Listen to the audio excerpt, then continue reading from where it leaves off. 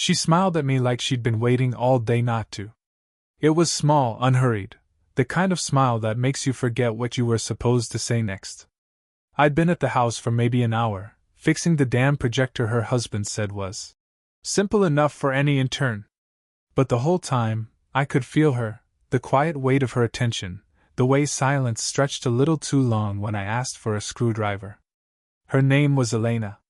Everyone at the firm spoke it like a title, soft and reverent. My boss's wife. 40-something, maybe 45, though she wore the years like someone who had decided not to hide them. Her hair was pulled up loosely, a few strands brushing her neck. She didn't move much when she talked, but when she did, it was deliberate, a tilt of the head, a glance that felt heavier than words. "You're good with your hands," she said, watching me reconnect the wires. "Only when I know what I'm doing." She smiled again, not out of amusement. More like she was filing something away. The air in that room wasn't loud. It was the hum of the projector fan, the soft click of my tools, the faint sound of rain through the window. But beneath it all, something else lived there, a kind of quiet tension, the one that comes when two people know they shouldn't notice each other and still do. I could feel it when she leaned closer to look at the screen. Her perfume wasn't strong, something warm, like cedar and faint citrus, but when it reached me, my pulse stumbled a bit. She placed her hand on the table next to mine, not quite touching. My knuckles almost brushed her skin. Almost. "Does your boss ever tell you to slow down?" she asked, eyes on the flickering image. "Only when I start doing his job better than he does." That got her. A quiet laugh, brief, low, genuine. "You always were too brave for my peace," she said softly, almost to herself. I wasn't sure what she meant, or if she wanted me to ask. Her reflection glimmered on the screen. I could see the outline of her lips, the slow rhythm of her breathing. The light flickered over her face, softening everything about her that might have been sharp. I didn't speak. I didn't trust my voice not to betray me. She finally turned toward me. "You're not like the others," she said, still standing close. "You listen. I don't think you like being ignored."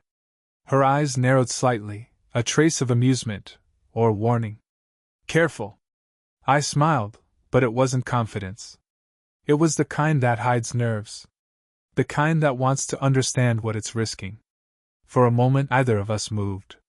The space between us felt smaller than it was. Then the front door opened, sharp, unexpected. Voices carried in from the hallway. Her husband's voice. Elena didn't flinch. She just looked at me, one long, unblinking second, and then brushed her fingertips along the edge of the table as she stepped back. Her touch left a faint trail of static in the air, or maybe I imagined it. She said nothing else. Just that same small, impossible smile as she turned away. And in that instant, with the echo of her words still hanging, "You always were too brave for my peace," I realized I hadn't breathed in nearly a minute. The projector flickered, went black. The door handle turned out. I didn't see her for 4 days. Not at the office, not on the calls I sometimes got roped into. Just silence, the kind that makes you wonder if you'd imagined everything. Then, late Friday afternoon, her husband asked if I could drop off a drive he'd left at home. Said Elena would be there to hand over some documents. Said it like it was nothing. The drive weighed nothing, but it might as well have been fire. When she opened the door, she didn't look surprised. Maybe a little tired, hair loose this time, sleeves rolled up, a soft gray sweater that looked too comfortable to belong to anyone who had plans. "You again," she said, though the corners of her mouth betrayed her. "Just doing what I'm told. You're good at that?" "Sometimes," I said, handing her the envelope. Our fingers brushed, just once. Her hand was cool, but the touch stayed. The house was quieter than before. A mug half finished on the counter, classical music low enough to feel like memory. She motioned for me to stay while she signed something. "You live alone?" I asked before I could stop myself. She looked up. "What makes you think that?" "The house feels still." She gave a small, almost private smile. "Stillness isn't the same as loneliness." But the way she said it told me it was both. She had been married for nearly 20 years. Everyone at the firm knew. Her husband, Michael, was the kind of man who filled rooms with his voice and left no space for echo. She, on the other hand, filled silence with everything he didn't notice. "You don't talk much," she said suddenly. "I say enough." Dangerous trait in a man. Women start hearing things you never said. I didn't answer. Didn't trust myself to. When she handed back the papers, her fingers lingered a second longer this time, a pause so small it could have been an accident. But we both knew better. "You ever regret things?" she asked. "All the time." She nodded, eyes somewhere past me. "Me too. Not always the things I should." Her honesty hit me harder than it should have. There was no performance in it, no invitation. Just truth, naked, quiet, unsettling. She turned, reached for her mug, and brushed past me. I caught the scent of her hair, clean, warm, a faint trace of something floral. My heart stuttered like it didn't know its rhythm anymore. She stood close enough that her shoulder grazed my arm. The contact was brief, soft, but it burned. "You're staring," she said without looking up. "Sorry." "No, you're not." I tried to laugh, but it came out as breath. She smiled faintly, as if amused by her own cruelty. The clock ticked once, loud in the quiet. She turned to face me, eyes soft now. "You're young. You still think wanting something makes it possible. Doesn't it?" For a heartbeat, she didn't move.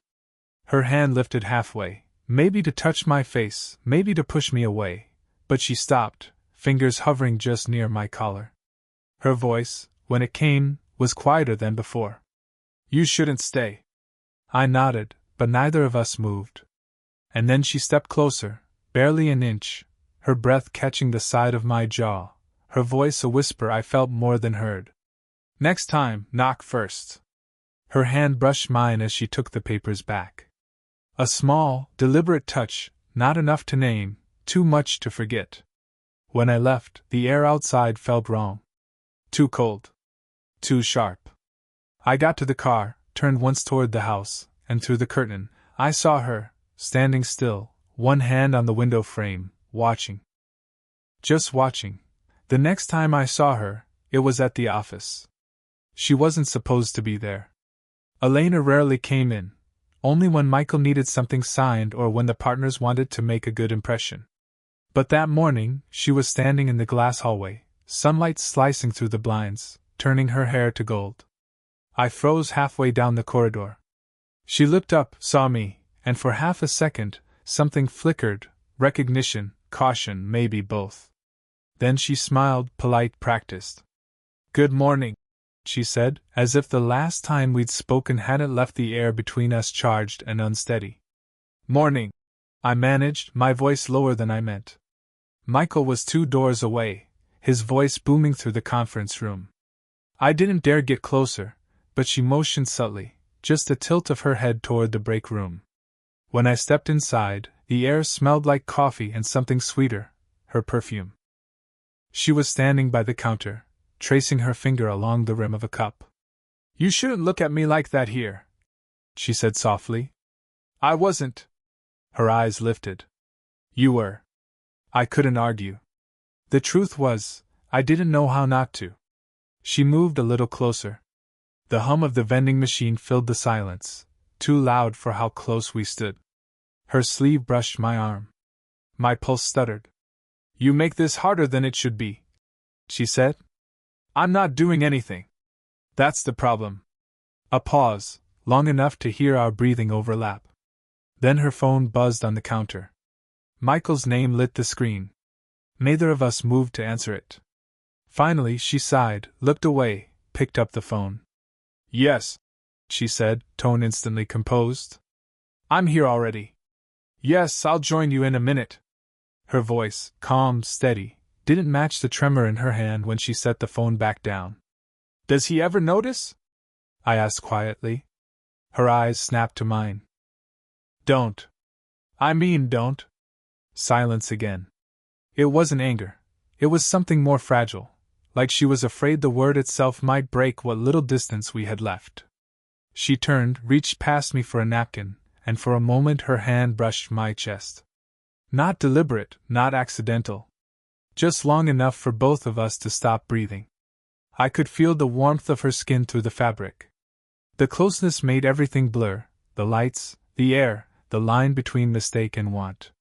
"You should go," she whispered. "I don't want to." Her lips parted just slightly, like she might say something else, or like she might not. The space between us shrank to nothing. Then footsteps echoed down the hall, sharp, quick, approaching. Elena stepped back fast, almost too fast, her hand trembling as she reached for her coffee. Michael's assistant poked her head in. "Mrs. Hale? He's waiting." "Of course," Elena said, her voice instantly smooth again. "Thank you." When the doors shut, she exhaled, shaky, quiet. Her eyes met mine one last time, something like apology swimming behind them. Then, softer, barely audible. "You really don't make this easy." She brushed past me, close enough that the fabric of her coat whispered against my sleeve. And as she left, I realized the worst part. I didn't want her to doubt it happened after the company dinner, the kind of polite, overlit event where laughter sounds rehearsed and wine is poured to fill the silence. I hadn't expected her to come. She arrived late, in black, nothing extravagant, just a dress that fit her like memory. Her husband was busy shaking hands, performing. She stood near the back, quiet, unhurried, eyes scanning the room like she was trying to find somewhere to breathe. When she saw me, her shoulders eased, almost imperceptibly. I told myself I wouldn't go to her. Told myself a dozen reasons to stay where I was. None of them worked. We ended up outside, near the terrace. The city stretched below, all glass and noise. Inside, the music pulsed through the walls, faint and distant. "You shouldn't be out here alone," I said. She didn't turn. "You think I need saving?" "No. But maybe I needed an excuse." That made her glance over her shoulder, one eyebrow lifting. "Still too brave for my peace." The words landed differently this time. Not teasing, tired, resigned. "I can't keep pretending," I said before I could stop myself. Her expression didn't change, but her hands tightened around the railing. "Pretending what?" "That I don't think about you." Silence. The kind that stretches until it hurts. She looked down, then finally faced me. "You're young. You'll think about a lot of things." "I don't mean like that." "Then how?" I stepped closer, too close. The air between us trembled. "Like I see you. Really see you." Her breath caught. She didn't move, didn't back away. Just stood there, eyes searching mine, as if looking for proof I'd understand what she couldn't say aloud.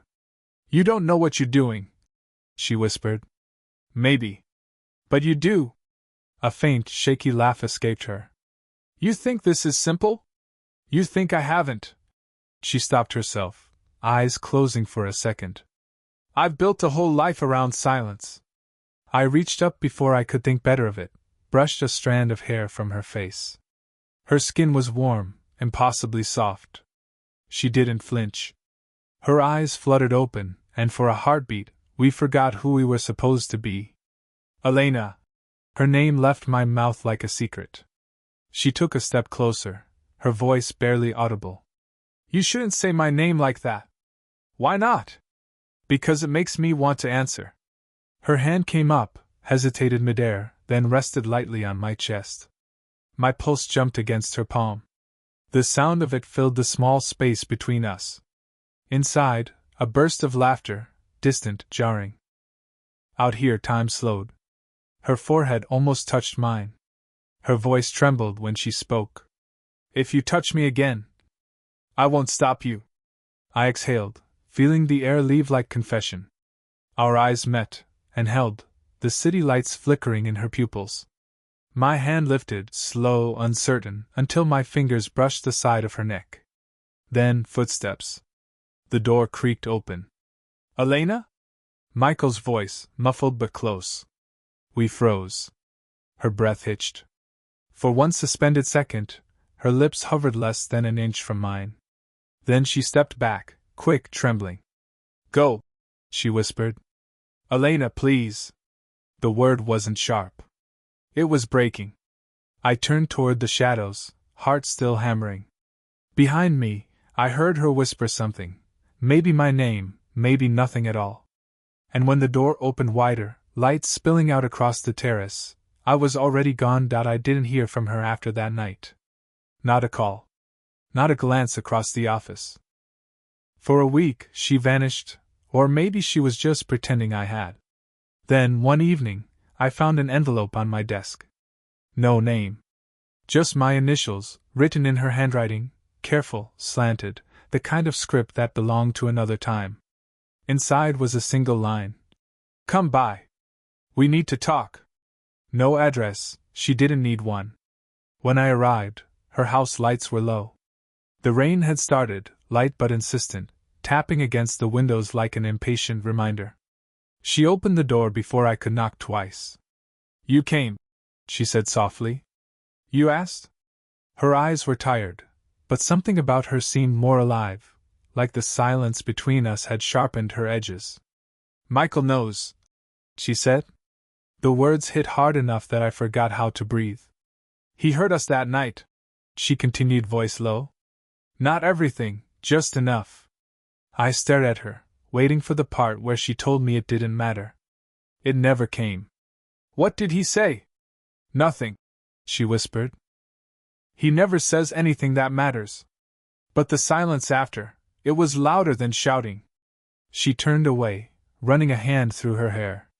The motion was shaky, unguarded. I told him you were helping me with a project. That's all. And he believed you. Her laugh was bitter. He believed what he wanted to. He always does.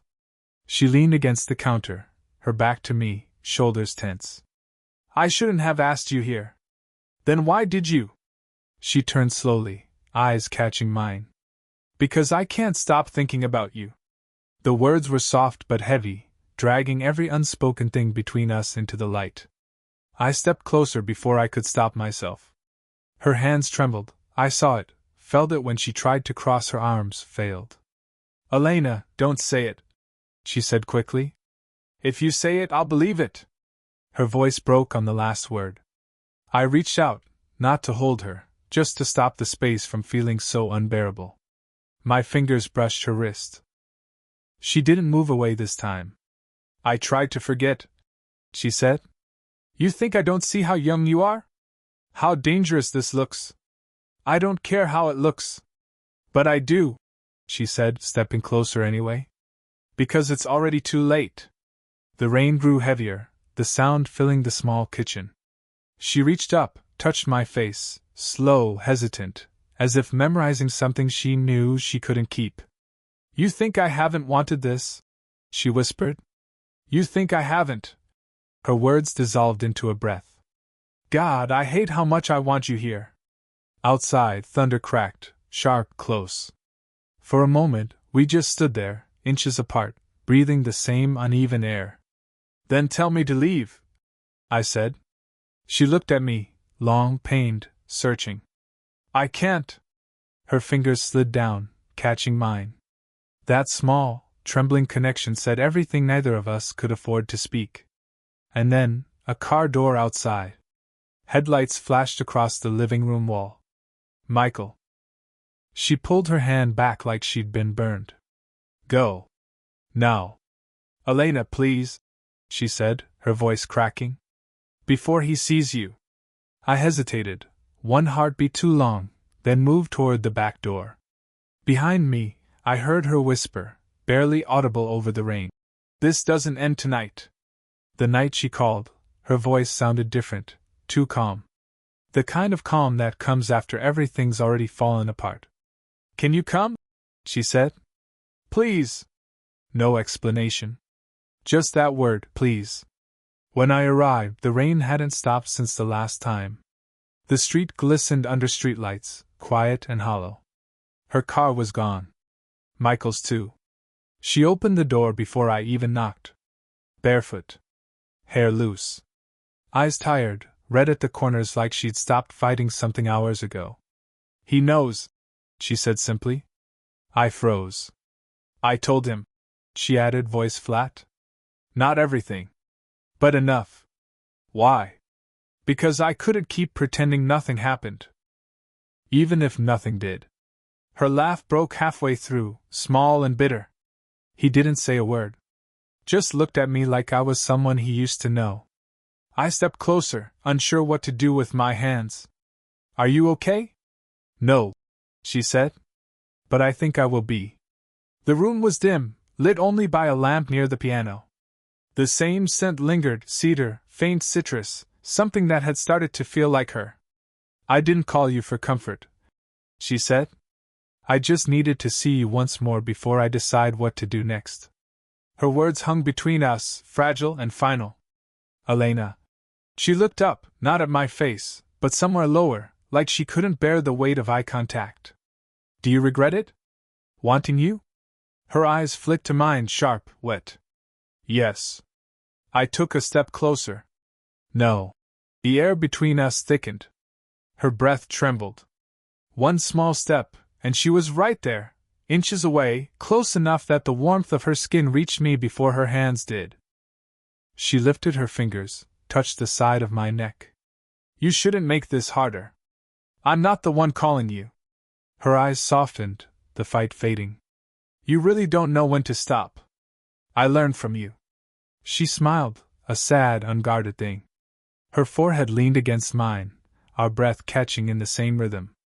"You'll ruin yourself for this." "Maybe." Silence. Just breathing. Just the small sound of rain sliding down glass. Then her lips brushed mine, not quite a kiss, not quite not. It was soft, trembling, full of every word we'd never said. But before it deepened, she pulled away, slow, deliberate. Her hand rested on my chest. "I can't," she whispered. "If I start, I won't stop."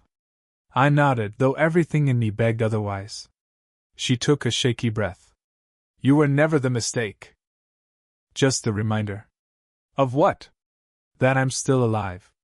For a long moment we stood there, her hand still on my chest, my heart thudding beneath it like a promise either of us could keep. Then she stepped back. One small step, but it felt like the end of something unnamed. "I have to go," she said. I didn't follow. I didn't say goodbye. When the door closed behind her, the quiet was unbearable, but inside it, there was a strange kind of peace. Not the kind that lasts. Just the kind that lets you finally breathe. A month passed before I saw her again. The firm had shifted, rumors had faded, and life, in that careless way it does, kept moving. Michael had taken an extended leave. For health reasons. People whispered, speculated, forgot. But I hadn't. I told myself I would. Tried burying her name under new work, new days, new faces that blurred together. None of it worked. Every time the rain came, I thought of her hand on my chest, her voice breaking when she said you were never the mistake. Then, one evening, I walked into a small gallery downtown. I hadn't planned to. I was just passing by. The lights were soft, the air thick with the scent of varnish and something floral. And there she was. Elena. Standing in front of a painting, something abstract and quiet, all blue and gray tones bleeding together. She looked the same and not at all, softer, freer. She turned when she felt me behind her. The smile that found her lips was small, real, steady. You came. I didn't know you'd be here. I didn't either, she said, looking back at the painting. Sometimes we end up where we're supposed to, even if we fight it. We stood there, side by side. The silence wasn't tense anymore. Just full. You look different, I said. I am. Her laugh was gentle. I left him. I nodded, not asking why. And you? She asked. Still figuring things out. She smiled faintly. You always were. We didn't talk much after that. We didn't need to. There was no need to confess or undo anything. What had been dangerous once now just felt honest, quiet, worn smooth by time. The gallery lights dimmed a little as the crowd thinned. She stepped closer, brushing her shoulder against mine, a small, familiar touch that sent a wave of warmth through me. "I used to think what we had was a mistake," she said softly. "Now I think it was just unfinished." Her hand found mine. Slow, deliberate. Our fingers intertwined naturally, like they'd been waiting. I turned toward her, close enough to see the small crease near her eye, the way her breath steadied when I didn't let go. She looked up at me, no hesitation, no guilt. Just quiet certainty. "Still too brave for my peace," she whispered, smiling.